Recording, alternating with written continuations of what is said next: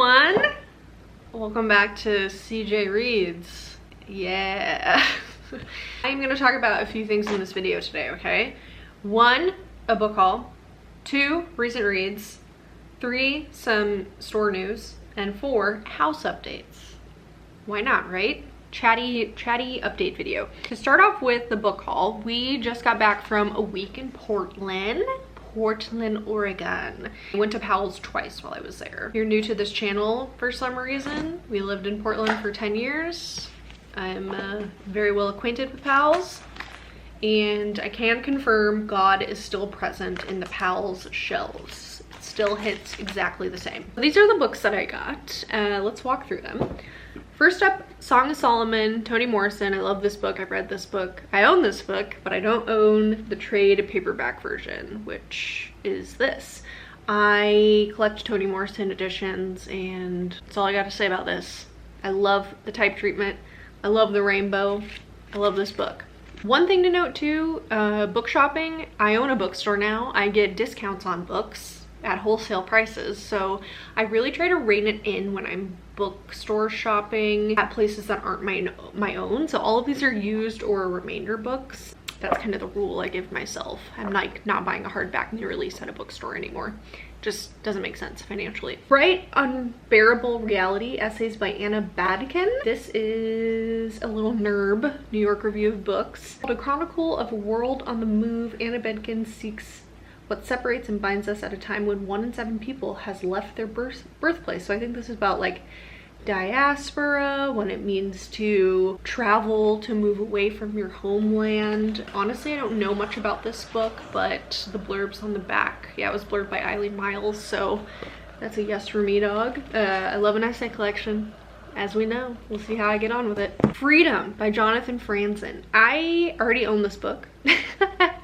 This is the UK edition, I guess. I was looking for a paperback version of this book because I have a giant hardcover and it was just like putting me off reading this. I love Jonathan Franzen. I was talking about him recently with my coworkers and I said I hadn't read this one. They were like, what? Are you kidding me? That's his best one. You have to read it. So I was like, oh shit, okay, I will. I don't know when I'm gonna get to this, but I will eventually. Exposure by Olivia Sujic. I think Olivia Sujic wrote Asylum Road, which I like cannot find in America. I don't think it's published here, but I know Hannah loves it and some other friends of mine have read it, I think, as well. But this is one essay on the anxiety epidemic, autofiction, and internet feminism. Drawing on Sujic's experience of anxiety, as well as the work of Elena Ferrante, Maggie Nelson, Jenny Awful, Rachel Cusk, and others, Exposure examines the damaging assumptions that attend female artists. This will be interesting. Can read it in like an hour. Don't know when I'll get to it, but it caught my eye. Lastly, we have The True Deceiver by Tove Jansson. I think a lot of you will know Ariel Bissett. She's like an OG booktuber and someone that I've watched on and off for a long time. But she came back into my orbit again because she just opened a book truck, which we love for her. And I discovered that she had a podcast through this, and she's had the podcast for years, but I don't know, it just escaped me for some reason. But I started listening to it because Literary Friction doesn't make podcast episodes anymore. Jalen, please Jalen, get back on the pod game. Jalen doesn't really make podcasts anymore, so I need a book podcast in my life. It's called Books Unbound. It's hosted by her and her friend Raylene, and they read this Tove Jansson book, The True Deceiver, and they really liked it. Tove Jansson is mostly known for being the author slash, yeah, I think she's the illustrator too for the Moomins. I think that's like more of a European thing. Again, I don't know many Americans who have grown up with the Moomins, but she also wrote some adult fiction, and I've heard this is great. Deception, the lies we tell ourselves and the lies we tell others, is the subject of this, Tove Jansson's most unnerving and unpredictable novel. Sure, that's my little haul. I don't know, I think that's kind of a reasonable haul. All used and all interesting to me. There we go. To update you on what I've been reading, I feel like I'm not having a good reading year still. I really am not, but I'll like kind of rapid fire through this. I read Brat by Gabrielle Smith, which was a Sunny's book club pick. I absolutely hated it. I think it is the worst book that I've picked for book club so far. I was really disappointed by it. on all fronts. I know some people in my book club have loved it, so I can't wait to talk to them on Wednesday and see what they liked about it. I found it trite, I found the voice annoying, I found the blurbing of it and the marketing of it being a ghost story bizarre. It did not work for me on any level. Bear by Julia Phillips. I also really didn't like this book. It's about two sisters in the Pacific Northwest, and they kind of hate their lives and wish for something different, and a bear comes by their house one day and they become attached to it, and not for me.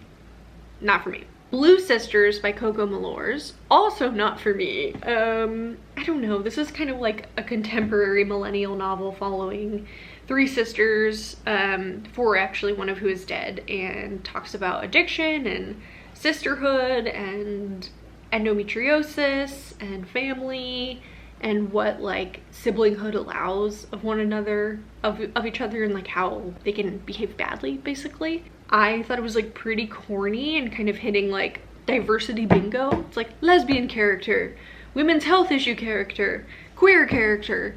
I don't know. I haven't read Coco and Frankenstein, or what is that? Cleopatra and Frankenstein by her, but I don't think she's a writer for me. If you like Dolly Alderton and that kind of kin of writing, you might like her. It's like popcorn, girly pop book. I read Critical Hits, which is an essay collection of writers talking about video games, which is edited by Carmen Maria Machado. Some of them were good, some of them were bad, like any good anthology. And yeah, I like video games. I don't know if I liked reading about video games, but I wish there was more genre diversification in the video games that were explored. They're all kind of same, honestly. And then I read two books for work, which are both upcoming May 2025 releases, so they're very far out, but I think I do want to talk about them anyway because my work is requiring me to read a lot of fantasy books and science fiction, which, as you guys know, I'm not a genre guy at all, and I'm loving it. I'm loving it. Like, is that the surprise of the century? And it makes sense if I think about like the seed of my reading life. That's where a lot of that started. Harry Potter, Redwall series. What else did I like growing up? Like every tween book that I read kind of did have like a fantasy bent to it. I loved The Night Circus, I loved Geek Love, kind of these more upmarket fantasy mainstream novels. But now I'm like going back to more niche stuff. So I read Of Monsters and Mainframes by Barbara Truelove, which is narrated by a ship's AI, and the ship is kind of barreling through space and interacts with and bumps up against all of these kind of I guess monster tropes is how I would define it. Her name is Demeter. She meets Frankenstein, she meets Dracula, she meets an alien, and she's kind of moving through space again with a set of passengers and trying to battle these monsters for various reasons that I'm not going to get into. It was so fun. It wasn't like anything I'd ever read before. It was like cozy but still had heart, and funny, like laugh out loud funny. Something about a ship and a ship's AI talking to each other and fighting each other is just kind of raucous. And then I read Crueler Mercies by Maren Chase. No, yeah, that's her pen name. By Maren Chase, which is kind of a sapphic revenge fantasy novel set mostly on a battlefield. Again, like war-torn, fighting for reign over a kingdom. The characterization of the two main characters, Solin and Vita, were fabulous. The pacing was so good, and was kind of like a gritty, dark revenge sapphic fantasy novel. I loved it. I loved my time with it. I flew through it. I don't have anything else to say because I have like no comparable vibes of the genre, but my TLDR is like genre fiction. Who knew? That shit's fun. That shit's fun. A lot of people knew. A lot of people knew besides me. And then my last update is I'm reading The Coin. I forget the author's name, I didn't write it down, but I'm reading that for Sunny's book club right now. I'm probably halfway through and I'm liking it. it has very mixed reviews. I like briefly saw them on Goodreads while I was adding it to my shelf, and I clicked away before I could be too influenced. I think a lot of people from the blurb, because it's about the jacket and marketing blurb say it's about a Palestinian American woman who is caught up in a kind of resale ring where she sells fake Birkin bags. And it's really kind of not about that. It's more about class and diaspora and identity and wealth and privilege, and I don't think people like that. The writing itself is kind of stilted and removed. It's very cold. The character herself is very cold. I don't think she's named, and I can see how the marketing blurb tied with like the actual text is not clicking for some people, but for me, I think I like it even more. It's less popcorny than I thought it would be. It's more austere, if you will. So those are the books I'm reading. Again, kind of a bummer month. It's weird, like the best things that I've read have been for work, but also kind of grateful for that too. So let me know what you've been reading. If you're reading anything cool and you think I would like. I'm taking book recommendations right now, but I think I need something literary, you know what I mean? Like maybe after this I do read J. Franz. We know it's gonna hit. We know it's gonna hit. Store news. Today is Sunny's first birthday. Kiki's in the background, that was him whistling. Today is Sunny's first birthday, 1 whole year of having a storefront. I think I'll make a separate video on that once I have time to like process and feel that in my body of what it means and what it's taken to get here. But the long and the short of it is I'm really proud of me, of my family, of my customers, of my town, of my community, and it's been the best thing that's ever happened to me. Also like the hardest I've ever worked at something in my life. Truly exhausted and need to learn how to maybe not be as exhausted this year. Other store news, we're having our 1 year anniversary party on August 17th, I think. Whatever that Saturday is. It's gonna be fun. There's gonna be cake, there's gonna be giveaways. If you're in Yuma, we'd love to see you. I am picking up the Heaven t-shirt tomorrow from the printers. It's finally done being reprinted. Sorry for the delay there. And then we also redid the cowboy t-shirt, and I'm picking that up tomorrow from the printers as well. So maybe by the time you see this, everything's gonna be back in stock and it's gonna be great. I also have an idea for a new shirt that I talked about with people on my Discord. If you're not part of the Sunny's Discord, you should be. It's fun. Link in bio probably. If it's not, it's on our website.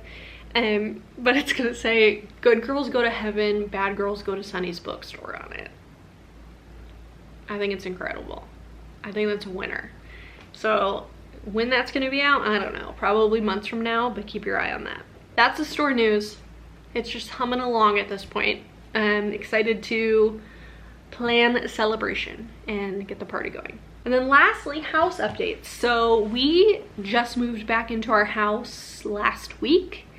We had to get the floors redone again. I don't want to talk about it, but they are done now and we're happy about that.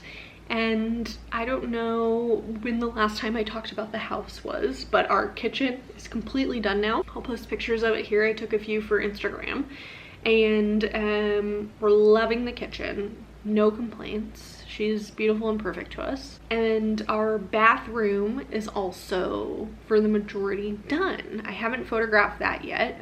There's a lot of styling that we need to do house-wide. We have none of our art up yet. We have like no decorations. Again, we've just been like in and out of the house so much because of this floor fiasco that it hasn't made sense to like put stuff up. So I'm glad for this house to not just be like giant white walls everywhere.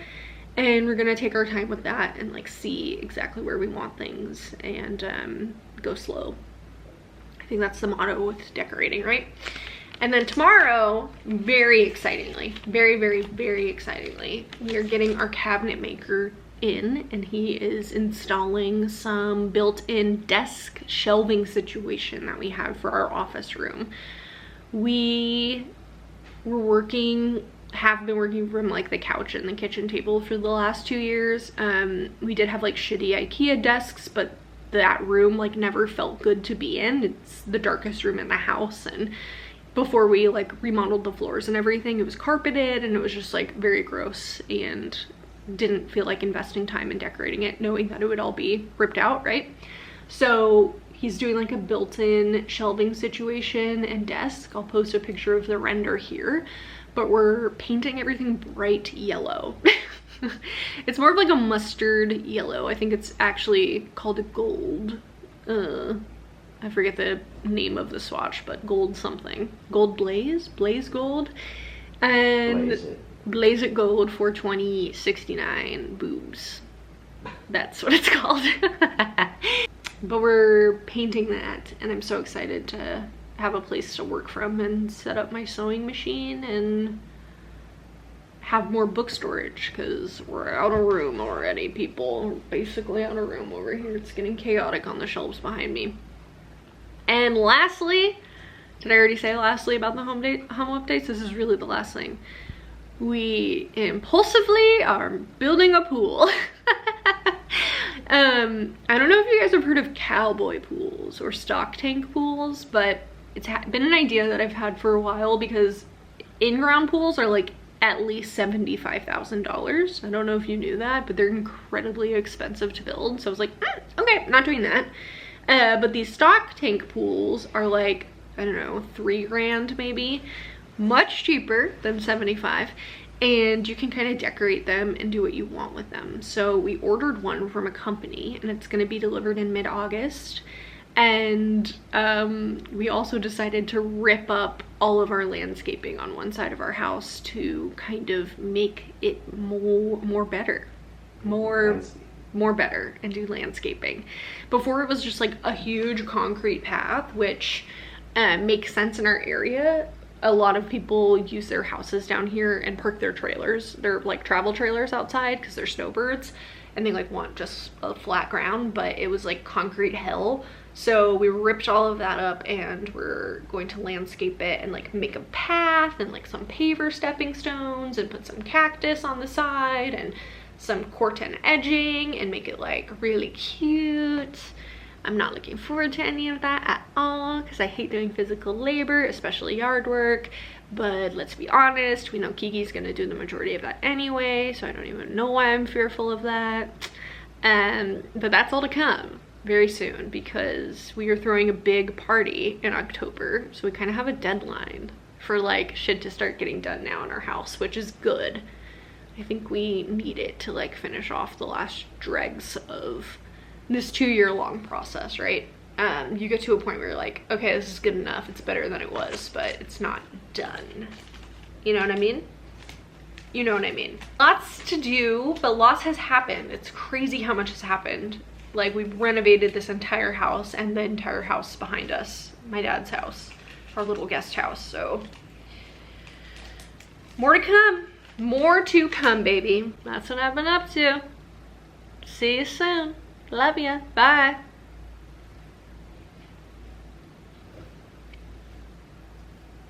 What'd you think of that one?